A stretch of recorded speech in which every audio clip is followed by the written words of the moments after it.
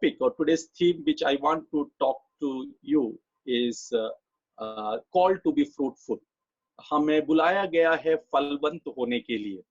इस विषय के ऊपर हम अध्ययन करने से पहले, इसमें से हम सीखने से पहले, हम परमेश्वर की वचन में से हम सुनेंगे यूहन्ना की सुसमाचार 15वीं अध्याय उसका 1 से लेकर 8 तक। यूहन्ना की सुसमाचार 15वीं अध्याय उसका 1 से लेकर 8 तक हम पढ़ेंगे। Sister Mary, please help me in reading in Hindi. Yes pastor.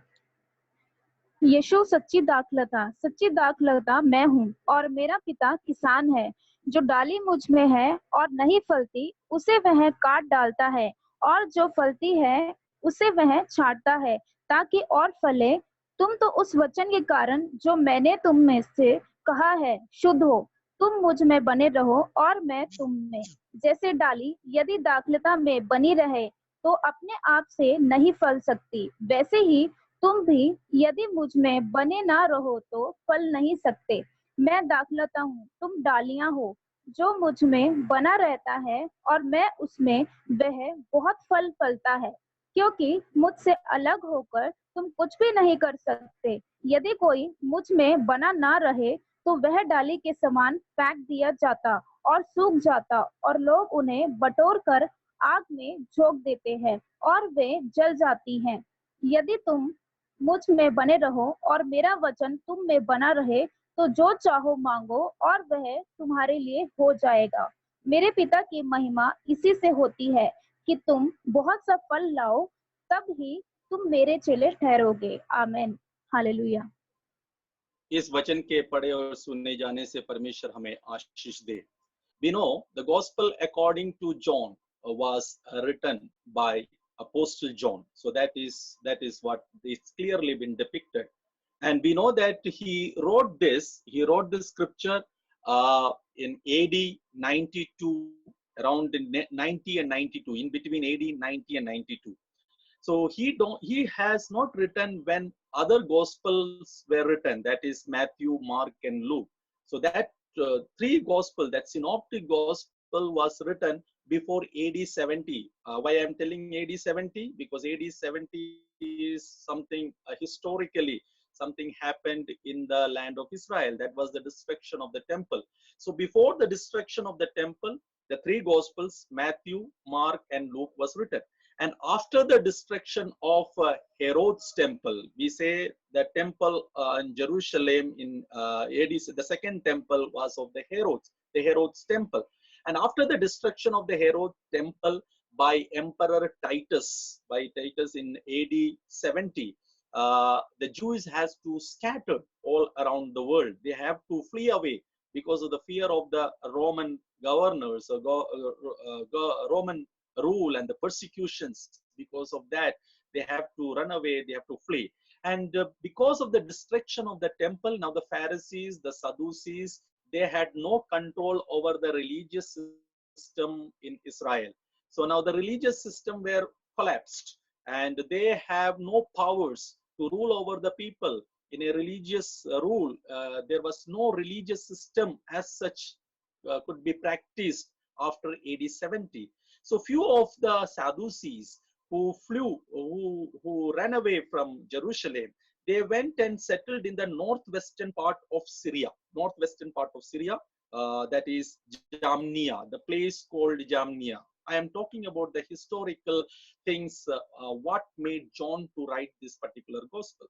Now in Jamnia, these all Sadducees people who were the custodians of Jewish law, that Mosaic law, the Torah and everything, they were the custodian. They thought of again regaining that power that they once had. So they had a meeting. They had a meeting in AD 85 and 87. So in Jamnia, all the rabbis gathered together and declared 18th benediction in synagogue. So in Jamnia, they had a council, and in that council, they declared a benediction, 18th benediction, and that was this: accursed is the one who follows Nazarene. Accursed is the one who follows Nazarene. जो नाजरीन मतलब यीशु मसीह के पीछे चलने वाले, नसरेत के यीशु मसीह के पीछे चलने वाले सभी श्रापित है. So when that declaration was made in Jamnia, now every Christians, who came out from Jewish customs and traditions, they were literally thrown away. Now they have no space in the Jewish community, and there was a chaos. There was a lot of confusions. What's going to happen with us? Now this was the context. This was the context where John was led by the Holy Spirit, and he penned down Gospel according to John. When you read Gospel according to John, we can divide Gospel according to John into two parts. That is, from John chapter 1 to 12 is talking about the story of miracles, the story of signs. And from John chapter 13 to John chapter 21, it's talking about the story of the cross or the glory of God. Story of the cross or the glory of God. यूहन्ना के सुसमाचार 1 से 12 तक जब आप पढ़ेंगे तो प्रभु यीशु मसीह के चिन्ह, यीशु मसीह के चमत्कार और अद्भुत कार्यों के विषय में बताया गया है, जिसमें 7 मिरेकल्स का कंटेंट हम देखते हैं 1 से लेकर 12 तक। और 13 से लेकर 21 आयत तक जब हम पढ़ेंगे, वहां पर हम प्रभु यीशु मसीह की क्रूस की कथा नहीं तो परमेश्वर की महिमा का विषय के बारे में हम देख सकते हैं। सो वो मन में रखते हुए, उस बैकग्राउंड को मन में रखते हुए हम इस अध्याय को हम अध्ययन करने की हम प्रयास करेंगे, इसको हम समझने की प्रयास करेंगे, ताकि इसकी सच्चाई को हम अच्छी तरह से हम समझ पाए। अभी यूहन्ना की सुसमाचार 15वीं अध्याय में जब हम आते हैं तो हमें 13 से लेकर 17 तक तो कंटिन्यूअसली पढ़ना पड़ेगा। केवल 15 को ही पढ़े तो हमें ठीक से समझ में नहीं आएगा, इसीलिए हमें जरूरी है कि जॉन चैप्टर 13 से हम पढ़ने के लिए आरंभ करें।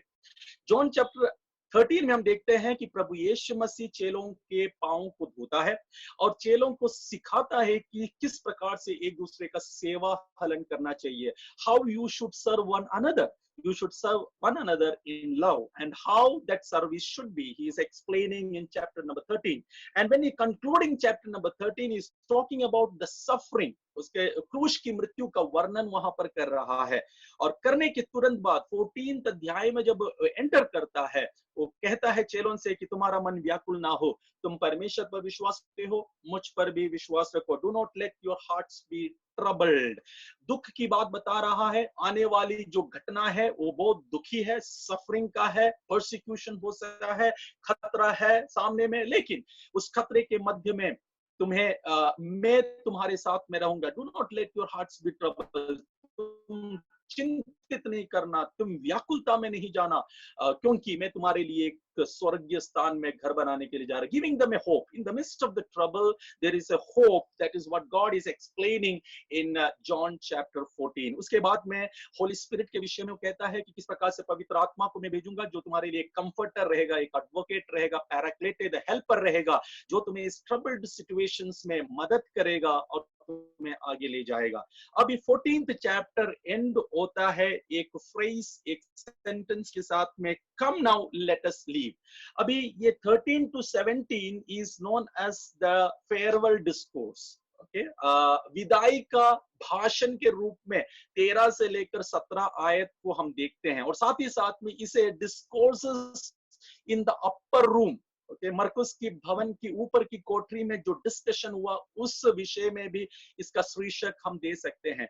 अभी 15th चैप्टर जो है अपर रूम से केद्रोन वैली नहीं तो गेत्सेमने की बागीचे की उस यात्रा को दिखा रहा है। Come now let us leave, that was the last sentence of 14th chapter। आओ हम उठे और हम इस जगह को, ऊपर की कोठरी को छोड़ करके हम आगे बढ़े। अभी यीशु मसीह और उसके 11 चेले, 12वां चेला यूदा अभी कॉन्स्पिरेटर के साथ में है, षड्यंत्र रचाने वालों के मध्य में यीशु को किस प्रकार से पकड़वाना है, उस ग्रुप में वो फंस गया है। अभी 11 चेले के साथ में यीशु मसीह ऊपर की कोठरी से उतरते हुए जा रहा है, और उसी दौरान उतरते समय यीशु मसीह अपना टीचिंग्स दे रहा है। देखिए यीशु मसीह के जीवन को जब हम देखेंगे, 3.5 साल की जो सेवकाई है प्रभु यीशु मसीह के साथ, प्रभु यीशु मसीह चेलों के साथ जो उठते समय, बैठते समय, सोते समय, चलते समय, प्रभु यीशु मसीह स्वर्ग राज्य के विषय में उन्हें सिखाया, उन्हें टीचिंग दिया, मसीह जीवन के बारे में, क्रिश्चियन लाइफ के बारे में, मसीह में किस प्रकार से जीना है, मसीह को किस प्रकार से अपनाना है, इस एवरी टीचिंग्स और कैसे हमें एक आदर्श और विक्टोरियस लाइफ जीना है, ये सारे विषय यीशु मसीह चेलों को बताया। और अभी इस पर्टिकुलर चैप्टर में प्रभु यीशु मसीह एक दृष्टांत के रूप में, एक एनालॉजी को लेके आकर के कुछ गहरी और गंभीर बातें सिखाना चाहता है। प्रभु यीशु मसीह बोला, मैं अब तुम्हारा साथ में नहीं रहूंगा, लेकिन तुम्हारा मन व्याकुल ना हो, अगले दिन क्रूस पर चढ़ने के लिए जा रहा है। अभी यीशु मसीह चेलों को एक दृष्टांत, हो सकता है कि एक आखिरी दृष्टांत के रूप में, एक आखिरी आई एम सेइंग के रूप में प्रभु यीशु कहता है, I am the true vine and my father is a gardener. मैं सच्ची दाखलता हूं और मेरा पिता किसान है। अभी प्रभु यीशु मसीह जब ये जा रहा है, अनेक कमेंटेटर्स का कहना है कि यरूशलेम की टेंपल को क्रॉस करके इन्हें केद्रोन वैली में, नहीं तो गेत्सेमना की बगीचे में पहुंचना है। अभी जब पास ओवर का टाइम था, फुल मून था, और उस फुल मून के लाइटिंग जब टेंपल के ऊपर में पड़ा, टेंपल के गेट पर वाइन का इमेज को एनग्रेव्ड करके रखा है, गोल्डन वाइन का इमेज एनग्रेव्ड है। टेंपल के दरवाजे पर गोल्डन वाइन का इमेज एनग्रेव्ड है। क्यों क्यों में एनग्रेव्ड है? क्यों उस इमेज को टेंपल में वहां पर एनग्रेव करके रखा है? इसीलिए रखा है क्योंकि वाइन जो है इसराइल का, उस समय में इसराइल का एक नेशनल सिंबल के रूप में माना जाता था, और इसीलिए रिलीजियस प्लेसेस में वाइन को रखा गया। और जब आप ओल्ड टेस्टमेंट जब आप पढ़ेंगे, आयशा नबी की किताब 5वीं अध्याय को जब पढ़ेंगे, हमारे पास समय नहीं है, लेकिन 5वीं अध्याय जब आप पढ़ेंगे, वहां पर समझ में आता है कि किस प्रकार से परमेश्वर इसराइल के विषय में कहता है कि I have planted the wine yard and the wine has produced bad fruit. परमेश्वर ने ये वाइन को, नहीं तो वाइन यार्ड को, दाखलता की बारी को उसने प्लांट किया है, मतलब इसराइल को परमेश्वर ने प्लांट किया है, और इसराइल के हर एक व्यक्ति वाइन है, और उसमें से अच्छा फ्रूट निकलना है, गुड फ्रूट निकलना है, लेकिन परमेश्वर उसमें बैड फ्रूट देखता है।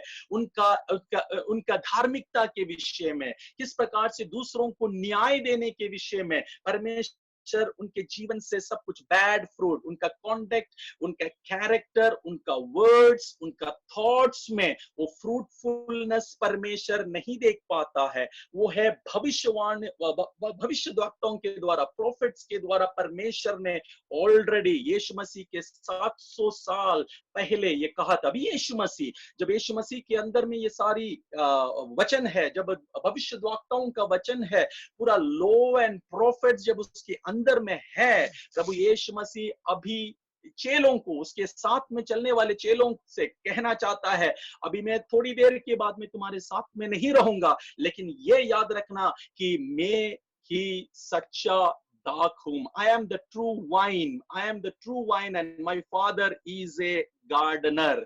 इसराइल जो कि वाइन होना था, वो अच्छा फल नहीं उगा पाए, तो यीशु मसीह इस संसार में 2000 साल पहले आने के बाद में अपने चेलों से कहता है, अभी मैं हूं ट्रू वाइन और मेरा पिता क्या है? किसान है। उसके बाद में वो एनालॉजी, आपने जो विजुअल देखा, उसमें किस प्रकार से उस विजुअल में उस ट्री, बीज बोया जाता है, बीज में से वाइन ट्री आता है, और उस वाइन में से ब्रांचेस निकलता है, और ब्रांचेस अल्टीमेटली वो फ्रूट्स को प्रोड्यूस करता है, और वो फ्रूट में से जो रस निकलते हैं वो सारे दुनिया के लिए एक परमेश्वर का प्रेम को फैलाने के तरीके से हमने उस एनालॉजी, नहीं तो उस विजुअल में हमने देखा। हम दूसरे आयत की ओर हम आए।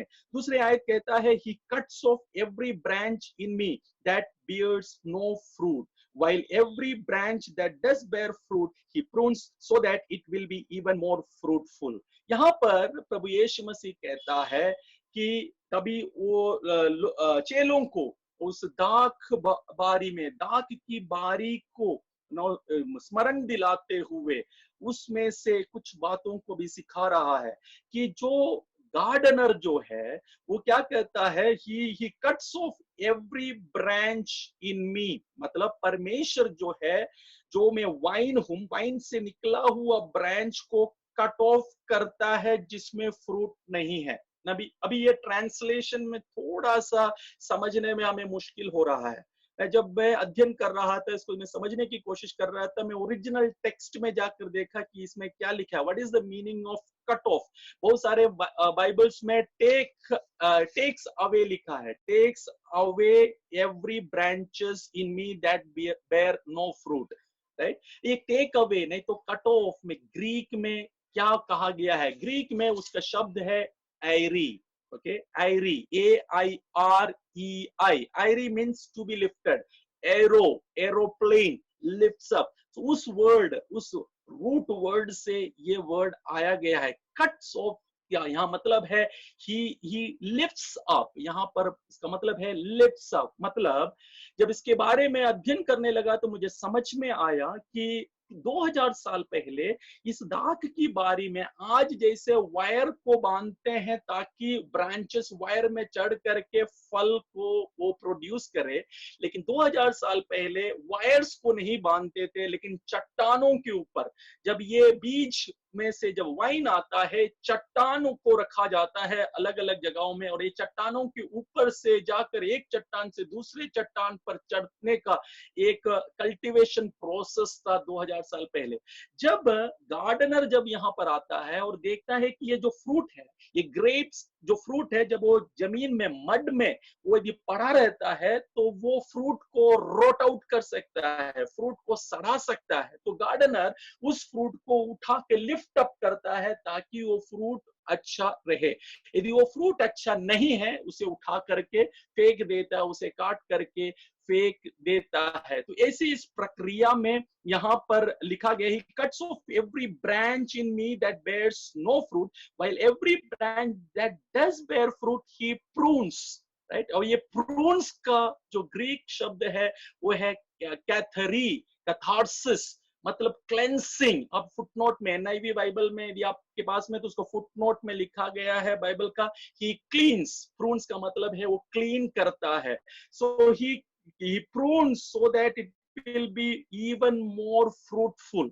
कुछ जो पौधे हैं, पौधे में से जो ब्रांच निकलता है, वो ब्रांच यदि वो फ्रूट को बेयर नहीं करता है, उसे छाटा जाता है ताकि जो सैप जो है, जो जड़ से जो मिनरल्स, वाटर्स, तरल पदार्थ जो कि रूट से होकर के, वाइन से होकर के जो ब्रांचेस में जाता है, और वो ब्रांचेस जो फ्रूट यदि नहीं लाता है तो वो ब्रांच को काट देते हैं ताकि वो तरल पदार्थ जो है वो वेस्ट ना जाए, और ताकि ये तरल पदार्थ दूसरे ब्रांच में पहुंच पाए जहां पर अच्छा और भी ज्यादा मोर फ्रूटफुल हो पाए। तो उस प्रोसेस को ध्यान में रखते हुए प्रभु यीशु मसीह इस प्रकार से कहता है कि जिसमें फ्रूट नहीं है उसे वो छांटता है, उसे वो क्लीन करता है। तीसरा आयत पढ़ेंगे तो आपको पूरा समझ में आएगा दूसरा आयत का मतलब क्या है। तीसरा आयत में लिखा है, you are already clean because of the word I have spoken to you. चेलों को देख करके यीशु मसीह बोलता है कि जो शब्द मैंने कहा है तुमसे, उससे तुम पूरी तौर से क्लीन हो चुके हो, तुम पूरे तौर से साफ हो चुके हो, तुम्हें प्रूनिंग हो चुका है, जो भी अनवांटेड था वो सब कुछ निकल चुका है।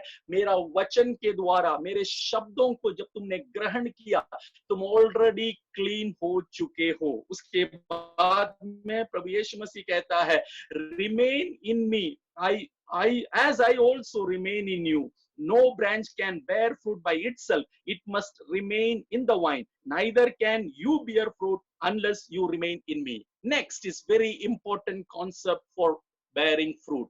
हम किस प्रकार से फ्रूट को हम प्रोड्यूस कर सकते हैं, बेयर कर सकते हैं, तो कैसे हम फलवंत हो सकते हैं। बहुत इंपॉर्टेंट एम्फसिस जो प्रभु यीशु मसीह इस पैसेज में देना चाहता है, यदि कोई फलवंत होना चाहता है तो he or she has to remain in Christ. Remain in me as I also remain in God. प्रभु यीशु मसीह की जीवन 3.5 साल की जीवन ये चेले लोग देखे थे कि किस प्रकार से हर एक दिन में परमेश्वर के साथ में एक वार्तालाप, परमेश्वर के साथ में एक संबंध, एक रिलेशनशिप, अकेले में एक पर्सनल रिलेशनशिप जीसस का सारे चेले लोग देखे थे। और उस रिलेशनशिप के कारण से जीसस का लाइफ, जो ह्यूमन लाइफ है इस संसार में, जो 3.5 years का जो मिनिस्ट्री था, ये फलवंत होने का कारण एक ही था, क्योंकि Jesus was remaining in God. And Jesus is telling here, see, last 3.5 years, as I remained in God, and you have seen, and in the same way, you also remain in me. You also remain in me. तुम भी मुझ में बने रहो, तभी जाकर के फलवंत होगा। अभी ब्रांच की ओर देखिए, ये ब्रांच अपने आप में फलवंत नहीं होता है। ये ब्रांच इस ट्री के साथ कनेक्टेड होने के कारण से इसमें फ्रूट आता है। यदि ये कनेक्टेड नहीं है, कभी भी फ्रूट नहीं आ सकता। अभी हम आम का सीजन है। सपोज आप इस प्रकार से सोचे कि आप जा रहे हैं रास्ते से, ठीक है, और बहुत बड़ी हवा चली और आम का पेड़ में से एक ब्रांच गिर गया, ठीक है, और उस ब्रांच को आपने देखा कि इतने सारे फ्रूट उस ब्रांच में है, क्यों ना मैं इस ब्रांच को मैं उठा के लेके आऊं और मैं अपनी बैल्कनी में लगा लूं या तो अपने किचन में रखूं, ताकि हर दिन मैं उसमें से एक एक फ्रूट को खाऊंगा। और आप लेके आए, आपकी पत्नी के पास में आए, बोले कि हम हर दिन अभी इसमें से हम फल को खाएंगे, आपकी पत्नी आपको डांटेगा। मैं सारे मेल्स को बोल रहा हूँ, सारे हस्बैंड से कह रहा हूँ, आपकी पत्नी आपको डांटे, बोले पागल हो गए हो क्या, ये कहां से उठा करके लेके आए हैं। एक दिन, 2 दिन, 3 दिन तक तो रहेगा, लेकिन चौथा दिन देखेंगे ये पूरा ब्रांचेस क्या हो गया, सूख गया है, और इस ब्रांच कभी भी दोबारा फ्रूट को नहीं लाएगा। क्यों नहीं लाएगा? क्योंकि ये ब्रांच ट्री के साथ में कनेक्टेड नहीं है। जब ये ब्रांच ट्री के साथ कनेक्टेड है तभी इसमें फल आएगा। और प्रभु यीशु मसीह कहना चाहता है कि यदि तुम मुझ में बने रहोगे, then you will be fruitful, और you can bear fruit, you नहीं, neither can you bear fruit unless you remain in me. मुझ में बिना रहे तुम कभी भी फलवंत नहीं, तुम्हें कभी भी फल नहीं आएगा। उसके बाद में बहुत इंपॉर्टेंट चीज, पहला चीज क्या है? Remain in Christ. We have to remain in Christ to bear fruit. अब ये जो फ्रूट जो मेटाफोर है, this is used to describe the outward demonstration of one's inward disposition. Outward demonstrations को दिखाता है, जैसे कि our fruit includes things like our behavior, our attitude, our words, our thoughts, ये सब कुछ हमारा फ्रूट्स में है। यदि जीसस के साथ में, जीसस जो ट्रू वाइन है उसके साथ यदि कनेक्टेड रहेगा, our behavior, there will be a transformation. In our attitude, there will be fruitfulness. In our words, there will be fruitfulness. हमारे शब्द जो रहेंगे वो फलवंत लाएंगे दूसरों के जीवन में। और हम जानते हैं हमारा एक शब्द दूसरों के जीवन में कितना फल ला सकता है। एक जो शब्द जो सही तरीके से यदि हृदय में स्पर्श किया, निश्चिंत ही उसमें फलवंत होगा। पतरस यीशु मसीह को देख करके बोलता है, जब यीशु मसीह ये चेलों से कहता है, यदि तुम भी चाहो तो ये 5000 लोग जैसे छोड़कर चले गए, तुम भी जा सकते हो। लेकिन 12 चेले में से पतरस ने क्या कहा कि तेरी अनंतता की शब्द को छोड़ करके हम कहां जाए? Where can we go living that eternal words?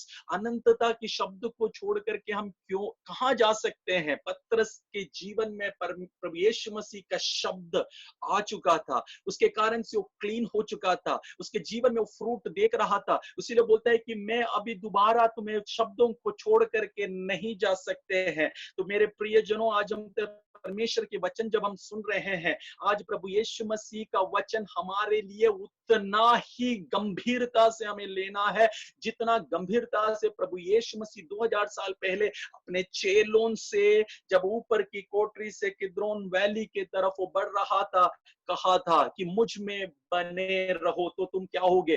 फलवंत रहोगे। परमेश्वर का वचन यदि हमारे अंदर में है, हम ऑटोमेटिकली फलवंत होते रहेंगे। There will be something good coming out. You may ask that क्या दूसरे जो अविश्वासी लोग हैं, जो कि various non Christians who seems productive and are involved in good humanitarian cause, yes you are right, दूसरे लोग भी जो मसीह को नहीं जानते हैं वो भी काफी ह्यूमैनिटेरियन वर्क्स करते हैं, काफी अच्छा फ्रूट को प्रोड्यूस करते हुए हमें दिखता है।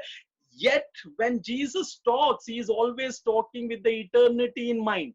लेकिन प्रभु यीशु मसीह जब यहाँ पर बोल रहा है, वो अनंतता को अपने मन में रख करके बोल रहा है। मैथ्यू चैप्टर 7:21 जब आप पढ़ेंगे, मैथ्यू चैप्टर 7:21, उसमें प्रभु यीशु मसीह कहता है कि सब जो हे प्रभु जो बोलते हैं, कोई सभी लोग स्वर्ग राज्य में एंटर नहीं कर पाएंगे, लेकिन वही जो परमेश्वर की इच्छा को पूरा करता है वो स्वर्ग राज्य में प्रवेश कर पाएंगे। Praise God. तो प्रभु यीशु मसीह जब ये शब्दों को बोल रहा है, उसके मन में एक अनंत काल का एक विषय है, एक अनंतता का, एक इटर्निटी का एक ड्रीम, एक इटर्निटी का एक कॉन्सेप्ट प्रभु यीशु मसीह के मन के अंदर में है। So the fruit under consideration here is not merely what might help someone temporarily or merely what might help some or just in this life, but what result in real spiritual growth। केवल इस life के लिए एक एक fruit नहीं है, लेकिन उस अनंतता में, नहीं तो स्पिरिचुअल ग्रोथ के विषय में प्रभु यीशु मसीह कहता है, जिस तरह उस ऐसा फ्रूट जैसे कि दूसरों को भी सैल्वेशन में लेके आने पाए। हमारे जीवन से जो फ्रूट जो निकलेगा, उस फ्रूट से दूसरे लोग भी सेव हो पाएंगे, दूसरे लोग भी नाश नहीं होंगे, लेकिन वो अनंत जीवन में प्रवेश कर पाएंगे। एक दूसरों को हेल्प करने वाला फ्रूट नहीं है, लेकिन दूसरे को नाश होने से बचाने वाला फ्रूट के विषय में प्रभु यीशु मसीह यहाँ पर कह रहा है। Jesus is not talking about someone who is helpful and productive, he is talking about someone who is right with him। praise God।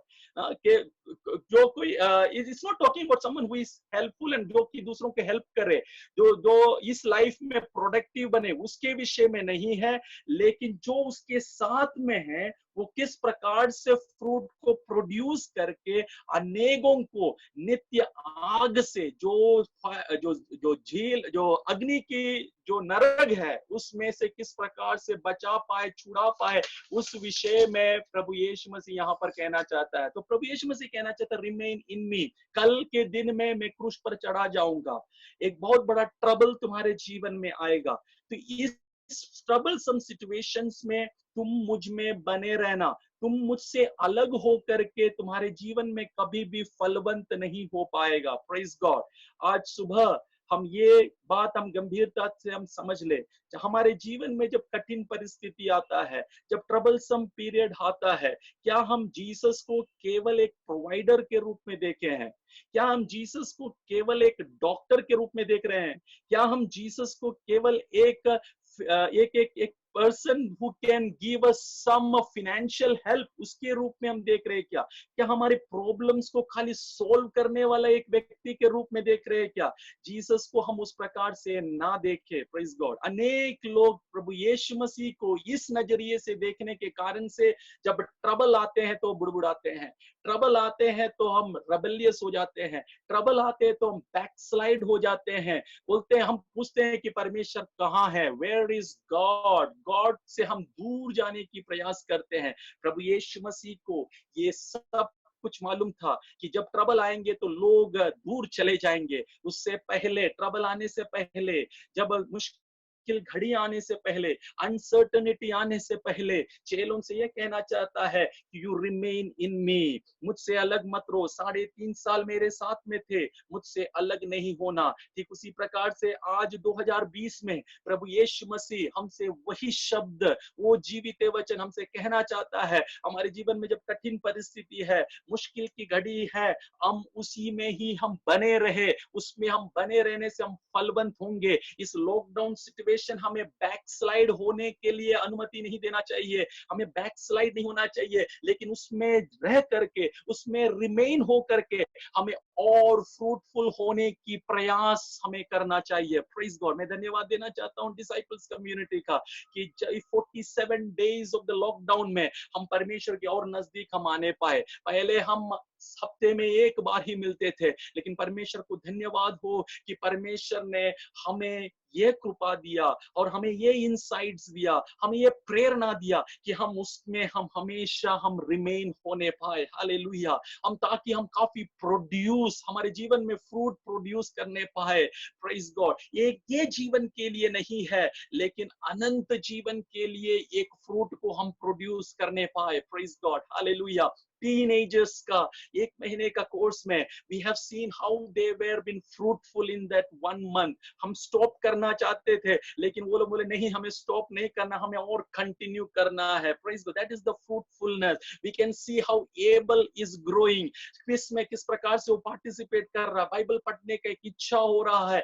This is all because of remaining in God. When we remain in God, we will feel like reading the scripture. We will feel like praying unto him. We will feel that to have a fellowship with God's people, to listen to God's word, come together and prayer. This is all because of the fruitfulness. और branches एक साथ wine में रहना, एक एक branch के साथ नहीं, मैं मसीह में हूँ बोल करके जीने का नहीं है।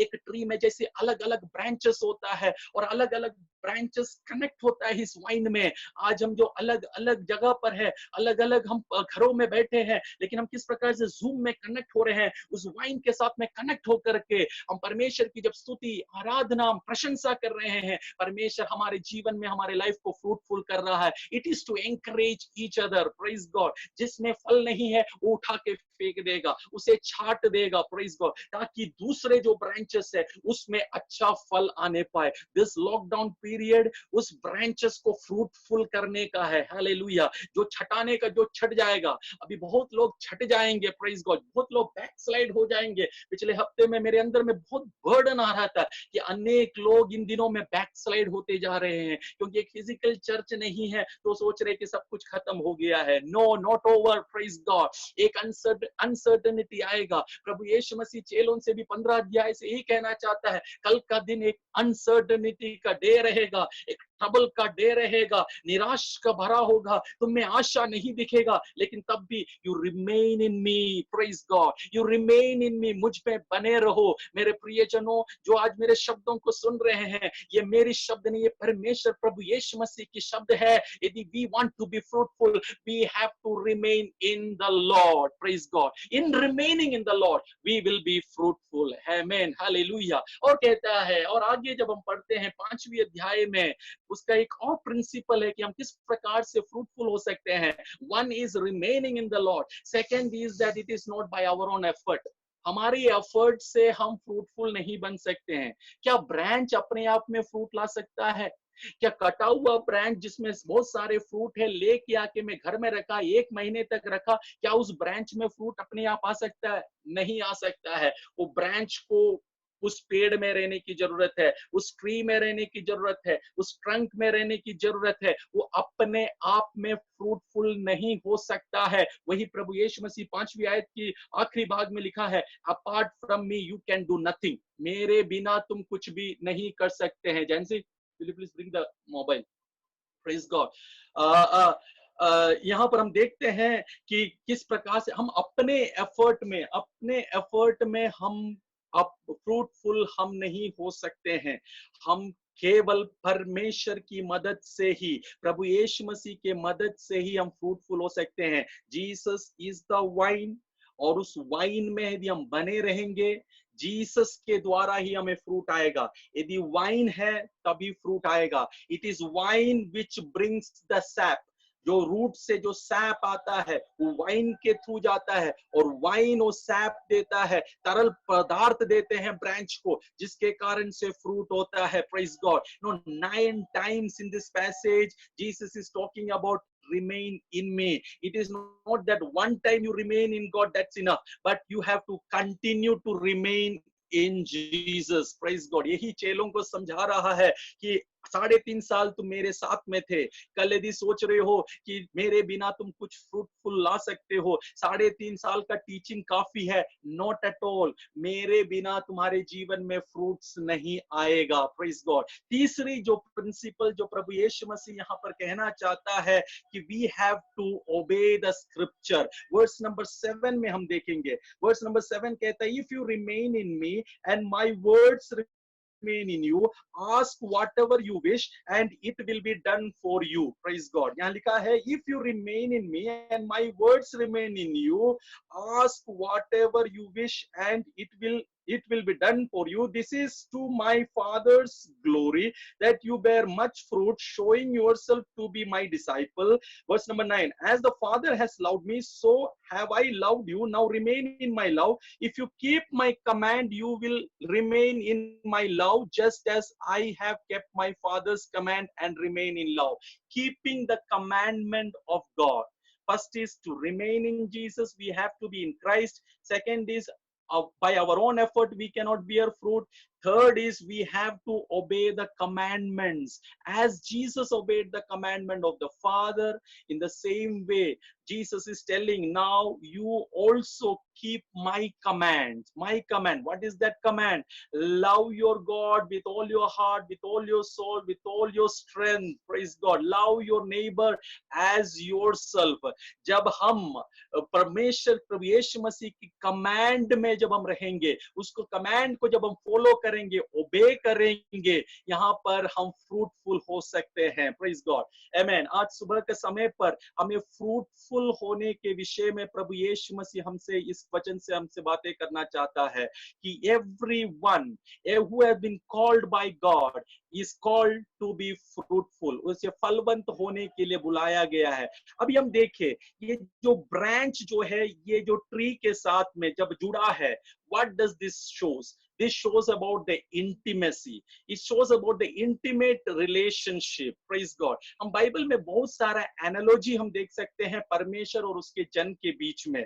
No, we in the Old Testament we can see the God as a shepherd and his people as sheep, and even in the New Testament Jesus says that I am the good shepherd and you are my sheep. Right? जी, God को potter के रूप में, एक कुम्हार के रूप में हम देख सकते हैं, कुम्हार और क्ले के रूप में। परमेश्वर कुम्हार है और क्ले हम सभी लोग हैं। मनुष्य क्ले है जो उसके हाथ के द्वारा रचता है एक बेस्ट वेसल में।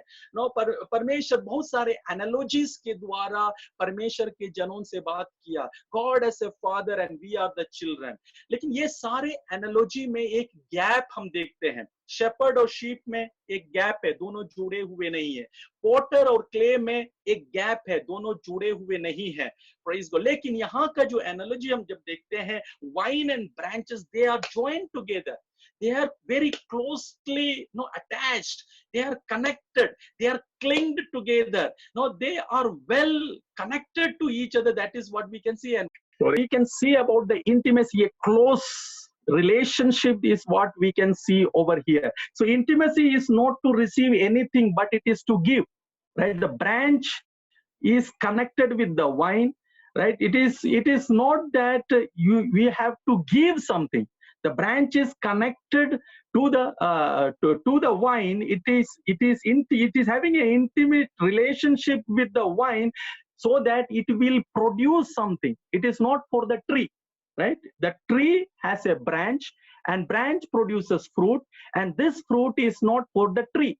This fruit is for the others. So that is what Jesus is trying to explain over here.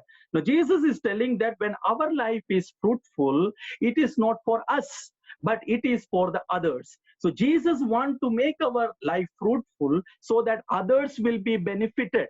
Praise God. When we are called by God, it is not for us that we will be fruitful in our life, but it is that others will be fruitful in our life. So that is what Jesus is trying to explain. When Abraham was called, God said that I will bless you and you will be a blessing to the nation. So you will be a blessing to the nation. You will be fruitful to the nation. So that is the call that is having. The progression of the call is there. So remember, my dear brothers and sisters, when we say that I am called by God, and I know that everyone is called by God, without the calling of God, we cannot be connected with the vine. When we are connected with the vine, that means we are called by God. When we are called by God, we will definitely produce fruit, and that fruit is not for us, that fruit is for others. दूसरों के लिए ये फल है, ये हमें समझना चाहिए. For example, let us see in a family relationship, husband and wife, when they are connected together, when they are joined together, they are not thinking of themselves to be the best. If a husband is thinking that I should be best, and if a wife is thinking that I should be the best, then that family life is not at all a family life. There is no intimate relationship. In intimate relationship, I will always think that my partner or my life partner should be the best. Praise God. And in the same way, the other partner to the other person. Praise God. So in intimate relationship, we are thinking about others to be best, others to be the best. अब देखिए, अब बच्चों को देखे, बच्चे और parents के relationship में देखे, पेरेंट्स हमेशा चाहता है कि उसका बच्चा अच्छा बने, should be the best. Praise God. वो अपने लिए नहीं देखेंगे. एक बार हमारे फैमिली लाइफ में, मैरिज लाइफ में जब बच्चे आ जाते हैं, हम बच्चे के लिए सब कुछ करने की प्रयास करते हैं. बच्चे के लिए बेस्ट स्कूलिंग, बच्चे के लिए अच्छे कपड़े, बच्चे के लिए अच्छा खाना, सब कुछ अच्छा हम बच्चे को देना चाहते हैं. Why?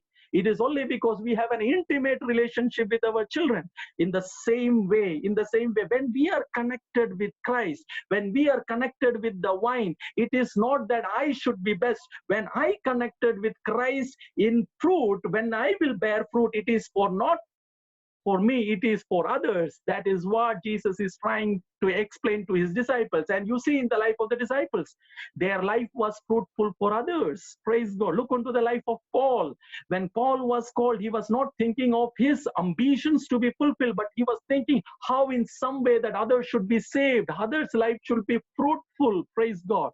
That is our calling as the children of God. If I say that I am a disciple of Christ, an entire gospel of John is talking about that discipleship is the major concept of the entire gospel according to John. And in that, Jesus is trying to explain is that you need to be fruitful, and that fruitfulness will bring fruitfulness in others' life also. Praise God. So God wants to have a close and intimate relationship when we are always eager to have a good fellowship. हम जब fellowship में रहते हैं तब वहां पर एक fruitfulness होता है. Praise God. हम fellowship से अलग ना रहे. Praise God. वो अलग रहना एक selfishness के रूप में जाना जाता है. हम selfish ना बने. Jesus doesn't want that anyone should be selfish. Jesus wants that everyone should be ready to give themselves. Should be a man for others, should be a woman for others, as Jesus was for others. Jesus came for the world. In the same way, when we are connected in Jesus, we are not for us, we are for others. Let us think about that concept and live a fruitful Christian life. Praise God. In this analogy, we have seen that how the branch is grafted, how the branch is grafted to the tree, how the branch is being fed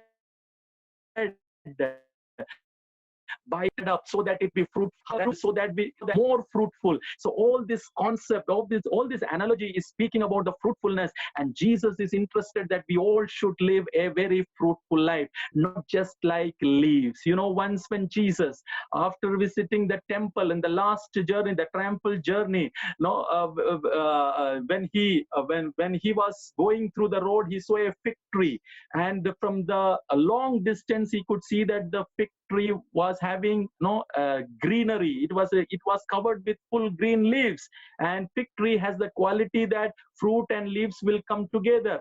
उस अंजीर के पेड़ में, fig tree में हमेशा leaves और fruit एक साथ उत्पन्न होता है. प्रभु यीशु मसीह खाने के विचार में, भूख लग रही थी, खाने के विचार में पास में पहुंचा, लेकिन वो धोखा खाया, वहां पर फ्रूट नहीं था, केवल लीव्स था। नो मेनी टाइम्स ट्री में लीव्स देख करके हम सोचते हैं कि फ्रूट है, but actually leaves doesn't determines that that tree is fruitful. Praise God. In the same way, in that analogy, what we can understand is that no, I am just merely attending the service, or I am actually attending the service. If we are fruitful, we will actually attend the service. We are just coming in and going out, just only one Sunday and rest of the week I have no connection with the God. No, that is means only leaves. If we are staying with, encouraging one another, whenever we are getting time, if we encourage each other, that is the fruitfulness of our life.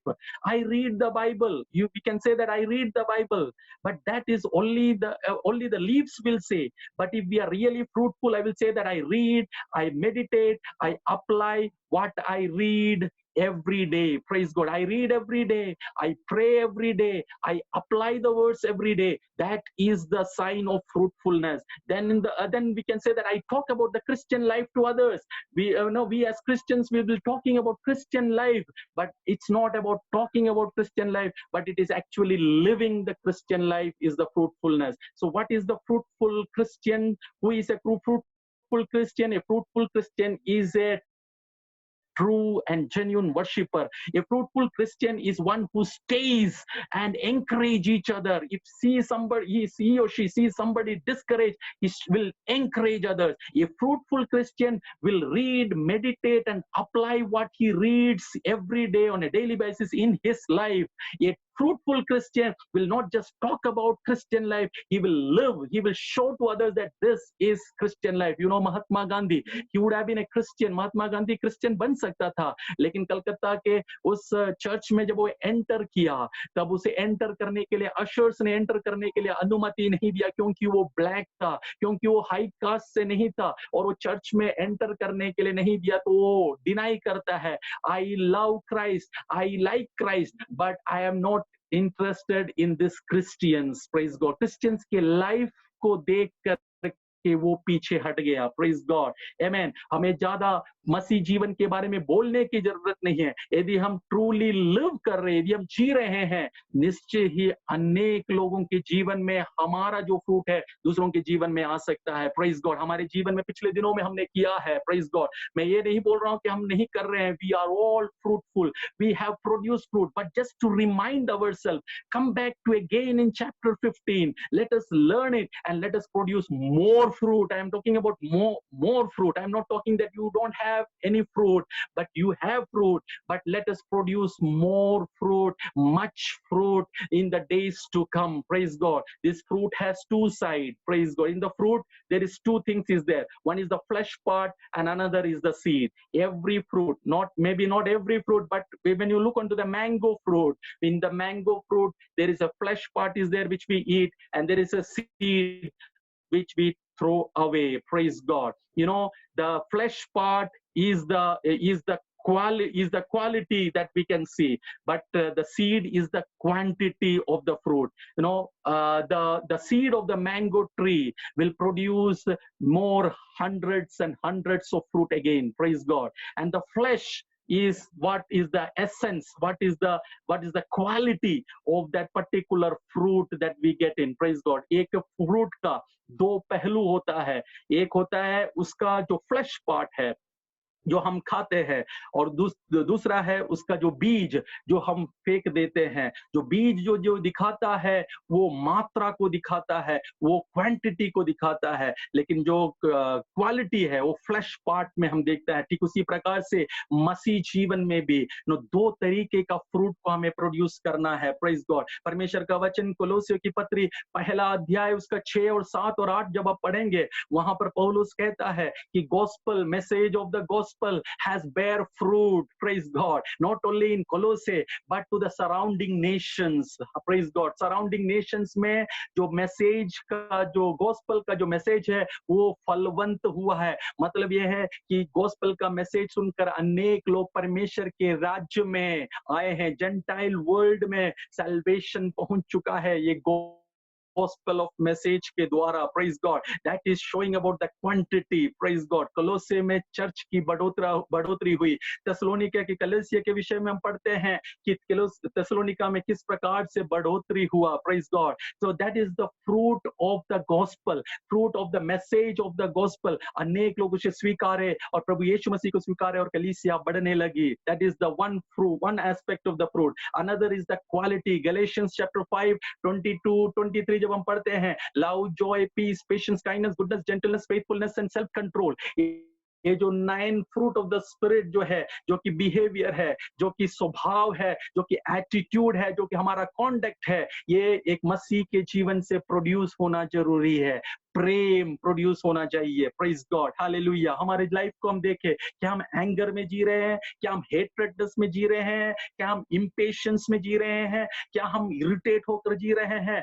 समझ लीजिए कहीं ना कहीं my life is not fruitful. It is not that I am producing fruit. It is when we are intimate relationship with Christ, automatically the fruit will produce. Branch बहुत कोशिश नहीं करता है कि उसमें फ्रूट आए, वो अपने आप फलवंत होता है, फल अपने आप से निकलता है. In a very normal way it comes. उसे स्ट्रगल नहीं करना पड़ता, उसे स्ट्रेन नहीं करना पड़ता कि ब्रांच में से फल को निकाले, लेकिन खुद अपने आप में. क्यों? क्योंकि वो ब्रांच जो है वाइन के साथ में नहीं तो ट्री के साथ में कनेक्टेड होने के कारण वो अपने आप फ्रूट में होता है. If we are connected, if we are clinging on to Jesus who is the true wine, if we are remaining in Jesus, if we are connected with Jesus, automatically the fruit will come, the attitude of the Christ will come. If there is some attitude problem in our life, if that 9 fruit of the Spirit we are unable to see in our life that has been produced, if others are unable to see that 9 fruit of the Spirit, somewhere we have to stop, have a pause and see that am I connected with the true wine in a true way. It's not just one day in a week, it is 24/7. It is 24/7, every minute, every second connected with the Lord. I will stop with this with an example. We all use mobile phones, praise God, and these days we are using more because we are doing everything through that internet connection which we have on the mobiles, praise God. But हम जब सोने के लिए जाते हैं तो हर दिन हम ये ध्यान रखते हैं कि सोने से पहले मेरा मोबाइल इलेक्ट्रिसिटी के साथ कनेक्ट होकर के उसका बैटरी का चार्ज बढ़ाना है, क्योंकि सुबह उठते ही मुझे इस मोबाइल का इस्तेमाल करना पड़ता है. प्रेज गॉड, मैं ऐसा करता हूँ, इसीलिए मैं बोल रहा हूँ रात को सोने से पहले सबसे पहले मैं देखता हूँ कि मेरा मोबाइल क्या मैं इलेक्ट्रिसिटी के साथ में मैं कनेक्ट किया है, वायर के साथ में उसको अडेप्टर के साथ में इसको कनेक्ट करके पावर ऑन किया है क्या, क्योंकि सुबह उठते ही मुझे कुछ न्यूज देखना होगा, व्हाट्सएप में जाना है, फेसबुक में जाना है, क्या हो रहा है इस दुनिया में मुझे देखना है, उस विचार में नहीं तो बहुत सारे कार्यों को इसके साथ करना है. यदि बैटरी नहीं रहेगा कल का दिन बेकार हो जाएगा. So I just connect with the electricity ताकि इसका बैटरी दिन भर चलने पाए. Praise God. ठीक उसी प्रकार से हम भी हर दिन हम ये इवेल्युएट करें कहीं मेरा कनेक्शन कुछ प्रॉब्लम है क्या, because Jesus is telling remain in me, मुझ में बने रहो ताकि फलवंत होगा. ये फल आने से क्या होगा मालूम है? फल आने से 8वीं आयत का फुलफिलमेंट होगा. This is to my Father's glory that you bear much fruit, showing yourself to be my disciples. Praise God. If you are connected with Jesus, if I am connected with Jesus, if I bear fruit, if we bear fruit, then the glory will come to the Heavenly Father. परमेश्वर का महिमा होता है हमारे जीवन से. Praise God. Fruit is for the glory of God, for nothing else. मेरे glory के लिए नहीं है. मैं कनेक्टेड हूँ जीसस के साथ में, मैं फ्रूट को बेयर कर रहा हूँ, परमेश्वर का ग्लोरी हो रहा है. Praise God. हम प्रार्थना करें, हम परमेश्वर क्या तो मैं हम अपने आप को समर्पण करें. John chapter 15, I request you to read and read and get definite insights and study it thoroughly so that we can understand more better the concept about bearing fruit. और भी हम फलवंत होने पाए. परमेश्वर हम सभियों को इन दिनों में हमें फलवंत करे. लॉकडाउन पीरियड के बाद में जब हम बाहर आएंगे, एक फ्रूट फ्रूटफुल होकर के निकलने के लिए परमेश्वर हम सभी को कृपा दे। हर एक टीनेजर्स फ्रूटफुल होने पाए, हमारे हर एक बच्चे फ्रूटफुल होने पाए, जब वो दोबारा चेंज इन दम, प्रेज गॉड। हमारे लाइफ से लोगों के जीवन में ये पता लगे, आश्चर्य होने लगे कि yes, there is a definite change.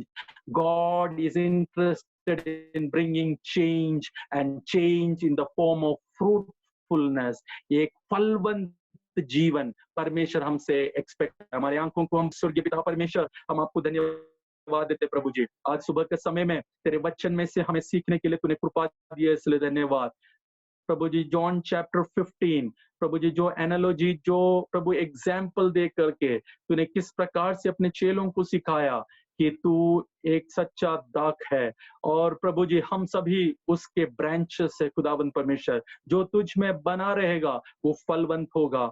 आज इस सुबह के समय में प्रभु हम तुझ में बना रहना चाहते हैं। हमारी कमियों को तू क्षमा कर प्रभु जी। पिछले दिनों में प्रभु जी जो फ्रूट को प्रोड्यूस होना चाहिए था वो मेरे जीवन में हुआ नहीं है परमेश्वर। मैं चाहता हूं प्रभु, हालेलुया, कि प्रभु दोबारा वो फ्रूट होने पाए। प्रभु एक इंटीमेट रिलेशनशिप में माना चाहते हैं स्वर्गीय पिता। लॉर्ड केवल एक बार 5 मिनट प्रेयर करके जाने वाला नहीं परमेश्वर, लेकिन यदि 5 मिनट भी हम यदि प्रार्थना किए हैं, 5 मिनट भी तेरा वचन पढ़े हैं, वचन को हमारे जीवन में लागू करने के लिए तो हमें कृपा देना प्रभु जी। Love, joy, peace, patience, kindness, goodness, gentleness, faithfulness and self control, जो ये 9 फ्रूट ऑफ द स्पिरिट है परमेश्वर, ये हमारे जीवन में प्रोड्यूस होने के लिए हम प्रार्थना करते स्वर्गीय पिता, ताकि परमेश्वर तेरी नाम की महिमा हो। Let the name of the God be glorified father God. प्रभु हमारे पास एक की लक्ष्य है इस संसार में, जो जीवन जो तूने मुझे दिया है,